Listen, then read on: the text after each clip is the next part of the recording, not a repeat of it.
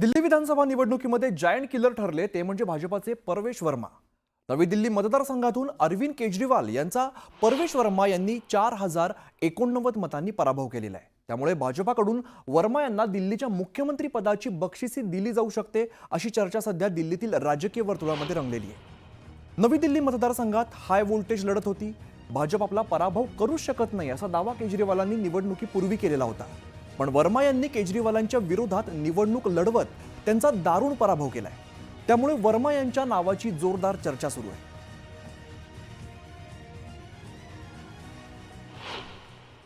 प्रधानमंत्री जी के साथ में चलकर काम कर पाएगी।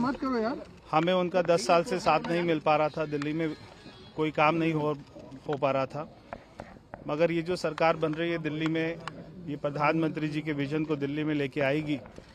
तो मैं प्रधानमंत्री जी का धन्यवाद करता हूं कि उन्होंने अपना समय दिया और मैं ये जीत का श्रेय प्रधानमंत्री नरेंद्र मोदी जी को देता हूं। तर आज दिल्लीमध्ये निवडणुकीचा विधानसभेचा निकाल लागलेला आहे आणि यामध्ये आम आदमी पार्टीला दारुण पराभव स्वीकारावा लागलेला आहे। भाजपाला अनेक वर्षांनंतर मोठं यश दिल्लीमध्ये मिळालेलं आहे। अनेक वर्षांनंतर आता भाजपाचा मुख्यमंत्री आता दिल्लीमध्ये आपल्याला बघायला मिळणार आहे। या सगळ्या परिस्थितीमध्ये आता चर्चा नेमकी सुरू झाली की मुख्यमंत्री कोण होणार याबाबत आता बैठक सुद्धा पार पडणार आहे। पंतप्रधान नरेंद्र मोदी या संदर्भात बोलणार आहेत। यामध्ये आता कोण मुख्यमंत्री होणार हे आता आपल्याला काही दिवसातच कळेल, पण अनेक घडामोडी आता दिल्लीच्या राजकारणाशी संबंधित आपल्याला बघायला मिळणार आहेत। या सगळ्या घडामोडींचा आपल्याला आढावा घ्यायचा आहे, त्यापूर्वी बघूया महत्त्वाच्या बातम्या। महत्त्वाच्या बातम्या प्रायोजक पुष्कराज रागी डिलाइट्स, महाराष्ट्राचं लाडकं आणि नंबर 1 नाचणी सत्व।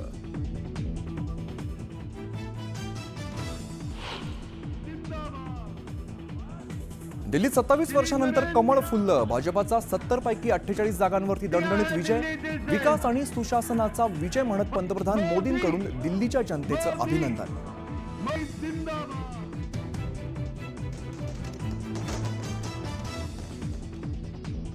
दोन दिवसात ठरणार दिल्लीचा मुख्यमंत्री। उद्या किंवा परवा भाजपाच्या केंद्रीय समितीच्या बैठकीत होणार नावावर शिक्कामोर्तब। गुज्जर किंवा जाट समाजाचा नेता मुख्यमंत्री होण्याची शक्यता।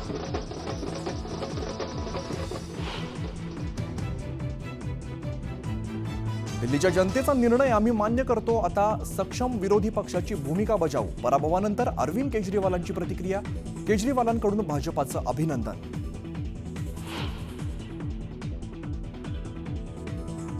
नवी दिल्ली मतदारसंघातून माजी मुख्यमंत्री अरविंद केजरीवालांचा पराभव। भाजपाच्या परवेश वर्मांनी चारली धूळ, तर माजी उपमुख्यमंत्री मनीष सिसोदिया आणि सत्येंद्र जैन यांचाही पराभव।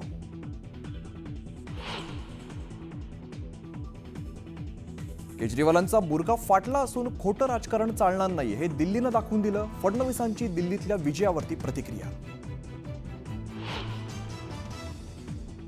हिंमत असेल तर राहुल गांधींनी माझ्या विरोधात लढावं, त्यांना चितपट केल्याशिवाय राहणार नाही। भाजपाच्या चंद्रशेखर बावनकुळे।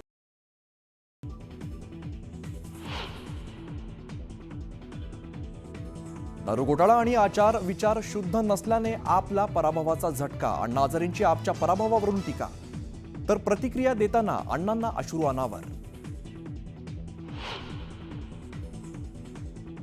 लाडक्या बहिणींचे पैसे परत मागणार नाही, पण नियमांच्या बाहेर फायदा घेणाऱ्यांचे पैसे बंद होणार, फडणवीसांची माहिती।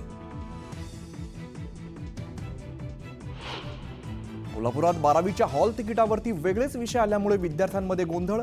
कॉम्प्युटर सायन्स ऐवजी भूगोलचा समावेश, विद्यार्थ्यांसह पालक संतप्त।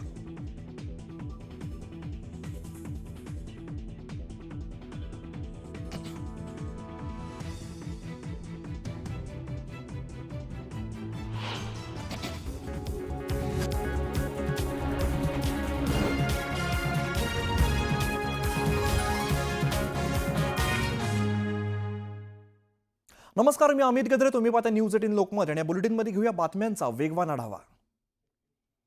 पुण्यात जीबीएस आतापर्यंत 180 रुग्ण आढळलेले, त्यातील 79 जणांना डिस्चार्ज मिळालेला आहे, तर 22 रुग्ण व्हेंटिलेटरवरती आहेत, तर आतापर्यंत 6 रुग्णांचा मृत्यू झाला आहे।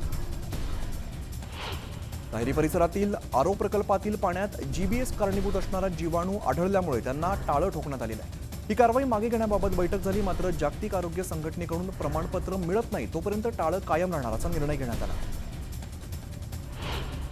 हिंदू गर्जना प्रतिष्ठान आणि पुनीत बालन ग्रुपच्या वतीने राज्य आणि जिल्हास्तरीय कुस्ती स्पर्धांचं आयोजन करण्यात आलेलं आहे। या स्पर्धेसाठी मुख्यमंत्री देवेंद्र फडणवीस हे उपस्थित होते। त्यांच्या हस्ते पहिली कुस्ती लावण्यात आली। मुख्यमंत्री देवेंद्र फडणवीस यांनी पुण्यातील भारतीय छात्र संवाद या कार्यक्रमाला हजेरी लावली। राजकारणात यायचं असेल तर लोकांच्या शिव्या खाव्याच लागतात, त्याशिवाय पर्याय नाही असं मत त्यांनी फडणवीसांनी व्यक्त केलं। मुंबई अहमदाबाद महामार्गावरती ट्रकचा विचित्र अपघात झालेला आहे। शिरसाट पुलावरून रेती वाहून नेणाऱ्या ट्रकचा फाळका तुटल्यामुळे भरमार्गामध्ये डंपरमधील खडीचा भार रस्त्यावरती पडला आणि ट्रक समोरून उचलला गेलेला आहे। सुदैवाने अपघातात कोणतीही जीवितहानी झालेली नाही। पुण्यात 3 लाख फुकट्या प्रवाशांवरती रेल्वे प्रशासनाकडून कारवाई करण्यात आलेली आहे। यातून 15 कोटी 86 लाखांचा दंड वसूल करण्यात आला आहे। सावित्रीबाई फुले पुणे विद्यापीठात अनोख्या मॅरेथॉनचं आयोजन करण्यात आलेलं होतं। यामध्ये राज्याच्या कानाकोपऱ्यातून दिव्यांग बांधवांनी सहभाग घेतला। देशात युरियाची कमतरता नसून काही जण नफेखोरीसाठी किमतीबाबत समस्या निर्माण करतायत, असं केंद्रीय रसायने आणि खत मंत्री जे.पी. नड्डा यांनी सांगितलं। महावितरणनं वीज दरवाढीचा प्रस्ताव सादर केलेला आहे, मात्र प्रस्तावित बदलांचा पॉवरलूम क्षेत्रासह लघु उद्योगांवरती परिणाम होईल असा इशारा महाराष्ट्र वीज ग्राहक संघटनेनं दिला आहे। मुंबईमध्ये धुळीमुळे होणारं प्रदूषण रोखण्यासाठी पालिकेने रस्ते धुण्याची प्रक्रिया सुरू केलेली आहे। यामध्ये आतापर्यंत 22,000 किलोमीटर रस्ते धुण्यात आलेले आहेत। आता आवश्यकतेप्रमाणे जेटिंगसह टँकर भाड्यानं घेण्याचा निर्णय पालिकेनं घेतला आहे। त्यानुसार पालिकेने 7 मंडळांसाठी निविदा प्रक्रिया सुरू केली आहे। कोस्टल रोडवरती रात्रीच्या वेळेला रेसिंग कार आणि कर्णकर्कश आवाजात चालवल्या जाणाऱ्या गाड्यांमुळे इथल्या स्थानिकांची झोपमोड होते। आवाजाचा त्रास टाळण्यासाठी कोस्टलवरती नॉईज बॅरियर्सची आवश्यकता असल्याचं मत स्थानिकांनी नोंदवलं आहे। नदीजोड प्रकल्पांना वित्तीय सहाय्य मिळेल असं प्रतिपादन वित्तीय संस्थेच्या बैठकीमध्ये मुख्यमंत्री देवेंद्र फडणवीस यांनी व्यक्त केलेलं आहे। यावेळेला मुख्य संस्थांच्या वरिष्ठ अधिकाऱ्यांनी या प्रकल्पाबाबत सहाय्य करण्याचं आश्वासन दिलं आहे। परभणीचे खासदार संजय जाधवांनी शिवसेनेवरती हल्लाबोल केलेला आहे। दिल्या घरी सुखी राहा असं म्हणत शिवसेनेला त्यांनी टोला लगावलेला आहे। तर आमच्या पक्षातील कोणीही दुसऱ्या पक्षात जाणार नाही असा दावा सुद्धा केला आहे। तृप्ती देसाईंनी धनंजय मुंडेंवरती हल्लाबोल केलेला आहे। करुणा शर्मा यांना कोणीच मदत केलेली नाही, शेवटी त्या न्यायालयीन लढाई लढल्या आणि जिंकल्या, त्यामुळे आता धनंजय मुंडेंच्या पापाचा घडा भरलाय असा इशारा सुद्धा तृप्ती देसाईंनी दिला आहे। राज ठाकरेंच्या आरोपांवरून अजित पवारांनी पलटवार केलेला आहे। तुम्हाला तुमच्या मुलाला निवडून आणता आलं नाही आणि आमच्यावरती गप्पा मारताय असं म्हणत खोचक टोला सुद्धा लगावलेला आहे। आम्ही लोकसभेला रडत बसलो नाही म्हणून विधानसभेला जिंकलो असंही ते म्हणाले। तर अमित ठाकरेंनी अजित पवारांच्या आरोपांना प्रत्युत्तर दिलेलं आहे। मी हारलो तरी खचलो नाही, माझ्या पहिल्या निवडणुकीत नाही तर शेवटच्या निवडणुकीत माझी पारख करा असा इशारा सुद्धा अमित ठाकरेंनी दिला आहे। जयंत पाटील हे टप्प्यात आणून काम करतात, मात्र आम्ही टप्प्यात आणून कार्यक्रम करतो असा खोचक टोला आमदार गोपीचंद पडळकर यांनी लगावलाय। राहुल सोलापूरकरांवरती फौजदारी गुन्हा दाखल करा अशी मागणी सुनील तटकरेंनी राज्य सरकारकडे केलेली आहे। त्यांचं विधान